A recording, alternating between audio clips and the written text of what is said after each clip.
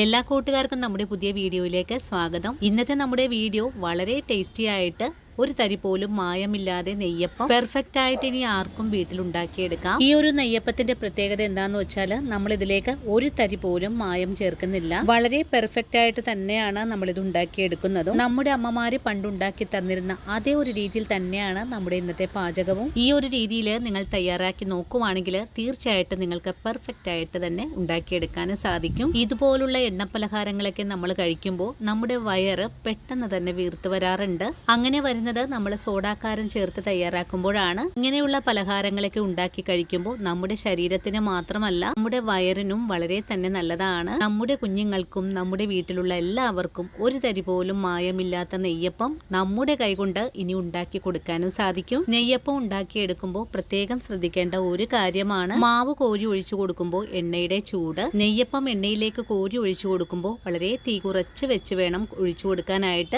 നെയ്യപ്പം രണ്ടു ഭാഗവും നല്ലോണം മുരിഞ്ഞു കഴിഞ്ഞാൽ ഫുൾ ഫ്ലെയിമിലേക്ക് മാറ്റിയിട്ട് വേണം ഇതൊന്ന് കോരിയെടുക്കാനായിട്ടും. അപ്പോൾ ഇന്നത്തെ നമ്മുടെ വീഡിയോ എന്റെ കൂട്ടുകാർക്ക് വളരെ തന്നെ ഉപകാരപ്രദമാണ് എന്ന് ഞാൻ വിശ്വസിക്കുന്നു. വീഡിയോ കാണുമ്പോൾ നിങ്ങൾക്ക് ഇഷ്ടപ്പെടുവാണെങ്കിൽ നിങ്ങളുടെ വിലയേറിയ ലൈക്കുകൾ തരാൻ മറക്കരുത്. അതുപോലെ വീഡിയോ കുറിച്ചുള്ള അഭിപ്രായങ്ങളും കമന്റ്സ് ആയിട്ട് അറിയിക്കാനും മറക്കരുത്. അപ്പോൾ ഉടൻ തന്നെ നമുക്ക് നമ്മുടെ വീഡിയോ കണ്ടു നോക്കിയാലോ.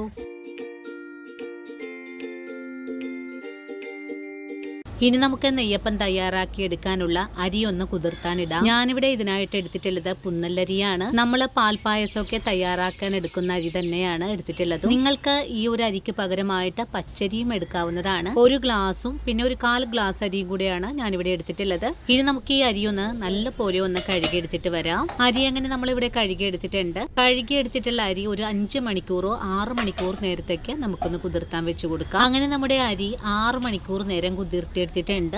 ഇനി നമുക്ക് ഈ അരി ഒന്ന് തുറന്ന് നോക്കാം. നല്ലോണം തന്നെ ഇപ്പോൾ അരി കുതിർന്ന് വന്നിട്ടുണ്ട്. ഇനി നമുക്ക് ഉടൻ തന്നെ അരി അരച്ചെടുക്കാൻ തുടങ്ങാം. അരി അരച്ചെടുക്കുന്നതിനായിട്ട് ഒരു മിക്സിയുടെ ജാറിലേക്കാണ് മാറ്റുന്നത്. നമുക്കിന്ന് ഈ അരി ഒറ്റത്തവണ കൊണ്ട് തന്നെ അരച്ചെടുക്കാൻ സാധിക്കുന്നതാണ്. അരി മിക്സിയുടെ ജാറിലേക്ക് മാറ്റി കഴിഞ്ഞാൽ പിന്നെ നമുക്കിതിലേക്ക് ഒരു 10 ഏലക്ക കൂടി ചേർക്കണം. ഏലക്കയുടെ കൂടെ തന്നെ ചെറിയ കഷ്ണം ചുക്ക് കൂടെ ചേർത്ത് കൊടുക്കാം. അതുപോലെ ഒരു ചെറിയ കഷ്ണം മാത്രം മതിയാകും. ഇനി ഇതിലേക്ക് ഒരു നുള്ളുപ്പ് ചേർക്കണം. കൂടെ തന്നെ അരച്ചെടുക്കുന്നതിനായിട്ട് ഒരു ഗ്ലാസ് അളവിൽ തന്നെ ശർക്കര പാനി കൂടി എടുത്തിട്ടുണ്ട്. ഇതിൽ നിന്നൊരു 3/4 ഗ്ലാസോളം ഞാനിവിടെ ഒഴിച്ചു കൊടുത്തിട്ടുണ്ട്. ഇനി ജാറ് മൂടിയതിന് ശേഷം അല്പം തരിതരിപ്പായിട്ട് തന്നെ നമുക്ക് അരച്ചെടുത്തിട്ട് വരാം. അരി മുഴുവനും ഞാനിവിടെ അരച്ചെടുത്തിട്ടുണ്ട്. ഇനിയിപ്പോൾ അരച്ചെടുത്തിട്ടുള്ള മാവ് ഒരു ബൗളിലേക്ക് മാറ്റുവാണ്. അരി അരച്ചെടുത്തപ്പോൾ ഇത്രയും ശർക്കര പാനി ബാക്കി ഉണ്ടായിരുന്നു. ഇതുകൂടെ ഇതിലേക്ക് ഒഴിച്ചു കൊടുക്കുവാണ്.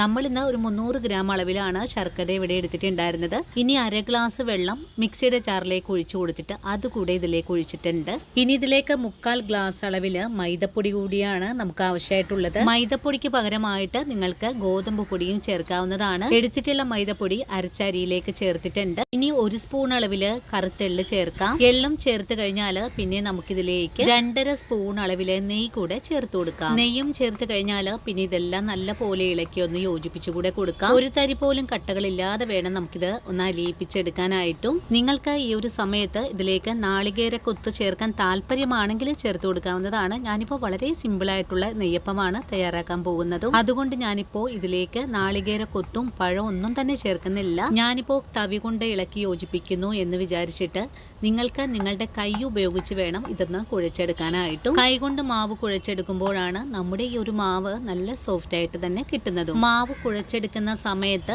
മാവൊന്ന് കട്ടിയായി വരുവാണെങ്കിൽ നിങ്ങൾക്ക് ഇതിലേക്ക് കുറച്ചുകൂടെ വെള്ളമെല്ലാം ചേർത്ത് കൊടുക്കാവുന്നതാണ്. ഇനി നിങ്ങൾക്ക് വേണമെങ്കിൽ കൂടുതൽ ക്വാണ്ടിറ്റി ചെയ്യണമെങ്കിൽ നമ്മൾ ഈ പറഞ്ഞിരിക്കുന്ന കാര്യങ്ങള് കുറച്ച് കൂടുതൽ അളവിൽ ചേർത്താൽ മതിയാകും. അങ്ങനെ നമ്മുടെ മാവ് കട്ടകളൊന്നും തന്നെ ഇല്ലാതെ നല്ല പോലെ തന്നെ തരിതരിപ്പായിട്ട് ഞാനിവിടെ കുഴച്ചെടുത്തിട്ടുണ്ട്. ഈ ഒരു മാവ് ഞാനിവിടെ മിക്സ് ചെയ്ത് വെക്കുന്നത് വൈകിട്ടാണ്. രാവിലെ കുതിർത്തിയെടുത്ത അരി വൈകിട്ട് അരച്ച് ഇനി ഒരു രാത്രി മുഴുവനും തന്നെ റെസ്റ്റ് ചെയ്യാൻ വെച്ച് കൊടുക്കാൻ പോവാണ്. ഒരു രാത്രി മുഴുവനും തന്നെ നമ്മുടെ മാവ് ഈ ഒരു രീതിയിൽ തന്നെ അനക്കാതെ വെച്ച് കൊടുക്കണം. നമ്മുടെ നെയ്യപ്പത്തിന്റെ പ്രത്യേകത എന്താന്ന് വെച്ചാൽ നമ്മൾ ഇതിലേക്ക് സോഡാപ്പൊടിയോ പഴമോ അങ്ങനെ ഒന്നും തന്നെ ചേർക്കുന്നില്ല. വളരെ പെർഫെക്റ്റ് ആയിട്ട് തന്നെയാണ് നമ്മുടെ നെയ്യപ്പം തയ്യാറാക്കി എടുക്കാനും പോകുന്നത്. നാളെ രാവിലെ നെയ്യപ്പം ഉണ്ടാക്കി എടുക്കുന്നതിനായിട്ട് ഇപ്പോൾ നമുക്ക് മാവൊന്ന് റെസ്റ്റ് ചെയ്യാൻ മൂടി വെച്ച് കൊടുക്കാം. നെയ്യപ്പത്തിന്റെ മാവ് കലക്കി വെച്ചിട്ട് ഇപ്പോൾ രാവിലെ ആയിട്ടുണ്ട്. ഇനി നമുക്ക് ഈ മൂടി ഒന്ന് തുറന്ന് നോക്കാം. അധികമൊന്നും പതഞ്ഞു പൊങ്ങിയൊന്നും വന്നിട്ട് ഇട്ടില്ല. നമ്മൾ കലക്കി വെച്ച അതേപടി തന്നെയാണ് മാവ് ഇരിക്കുന്നതും. എങ്കിൽ തന്നെ നല്ല സോഫ്റ്റ് ആയിട്ടാണ് മാവ് ഇവിടെ കിട്ടിയിട്ടുള്ളതും. നെയ്യപ്പത്തിന്റെ മാവിന്റെ കറക്റ്റ് ആയിട്ടുള്ളൊരു കൂട്ടാണ് കേട്ടോ ഇത്.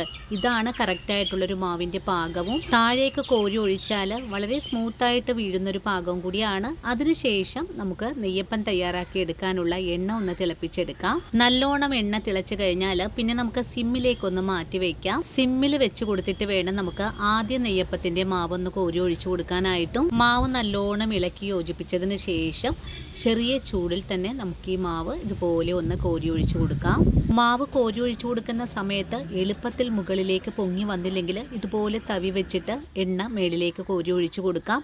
അങ്ങനെ ചെയ്തു വരുമ്പോൾ നെയ്യപ്പം പെട്ടെന്ന് തന്നെ പൊങ്ങി വീർത്ത് വരുന്നതാണ്. മേളിലേക്ക് എണ്ണ കോരി ഒഴിച്ചു കൊടുക്കുന്ന സമയത്ത് എല്ലാ ഭാഗവും നല്ല രീതിയിൽ തന്നെ പൊങ്ങി ഫ്ലഫി ആയിട്ട് വന്നോളൂ. എല്ലാ ഭാഗവും ഒരുപോലെ തന്നെ വീർത്തു കഴിഞ്ഞാൽ പിന്നെ നമുക്ക് ഇതൊന്ന് മറിച്ചുകൂടി ഇട്ട് കൊടുക്കാം. നമ്മൾ ഈ നെയ്യപ്പ കൂട്ടിലേക്ക് ഒരു തുള്ളി പോലും സോഡാപ്പൊടി ചേർത്തിട്ടില്ല. എങ്കിലും നിങ്ങൾക്ക് കാണാലോ വളരെ പെർഫെക്റ്റ് ആയിട്ട് തന്നെ നമ്മുടെ നെയ്യപ്പം ഇവിടെ പൊങ്ങി വീർത്ത് വന്നിട്ടുണ്ട്. നെയ്യപ്പത്തിന്റെ താഴെ ഭാഗം ഒന്ന് മുരിഞ്ഞു തുടങ്ങിയാൽ പിന്നെ നമുക്കിതൊന്ന് മറിച്ചിട്ട് കൊടുക്കാം. ഇനി ഫ്ലെയിം ഒന്ന് കൂട്ടി വെച്ച് കൊടുക്കാം.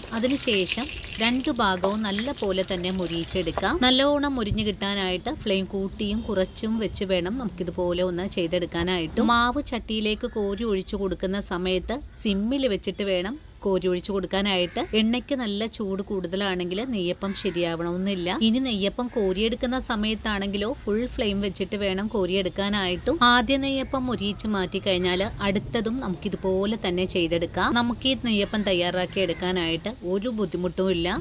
നെയ്യപ്പം മുരിയിച്ചെടുക്കുന്ന സമയത്ത് ഈ ഒരു തീയുടെ കാര്യം മാത്രം ശ്രദ്ധിച്ചാൽ മതിയാകും. എണ്ണയ്ക്ക് ചൂട് കൂടുതലാണെങ്കിൽ നെയ്യപ്പം വളരെ തന്നെ ചുക്കി പോവാനൊക്കെ സാധ്യത കൂടുതലാണ്. ഈ ഒരു കാര്യങ്ങളൊക്കെ ശ്രദ്ധിച്ച് വേണം നമുക്ക് നെയ്യപ്പം തയ്യാറാക്കി എടുക്കാനായിട്ടും.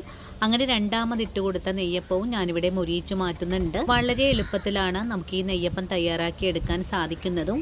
അപ്പോൾ എത്ര എളുപ്പത്തിലും പെർഫെക്റ്റ് ആയിട്ടുമാണ് കൂട്ടുകാരെ നമ്മൾ ഇതുപോലുള്ള നെയ്യപ്പങ്ങളൊക്കെ തയ്യാറാക്കി എടുത്തിട്ടുള്ളത്. ഇനി വരുന്ന ഓണനാളുകളിൽ നമ്മുടെ വീടുകളിൽ എല്ലാവർക്കും വളരെ ഈസി ആയിട്ട് തന്നെ നെയ്യപ്പം ഉണ്ടാക്കിയെടുക്കാനും സാധിക്കും. അപ്പക്കാരമൊക്കെ ചേർത്താലേ നെയ്യപ്പം ശരിയാകൂ എന്ന് പറയുന്ന കൂട്ടുകാർക്ക് ഈ ഒരു വീഡിയോയും വളരെ തന്നെ ഉപകാരപ്രദമായിരിക്കും. വീഡിയോ കാണുമ്പോൾ എല്ലാവരും വീടുകളിൽ ട്രൈ ചെയ്ത് നോക്കുക.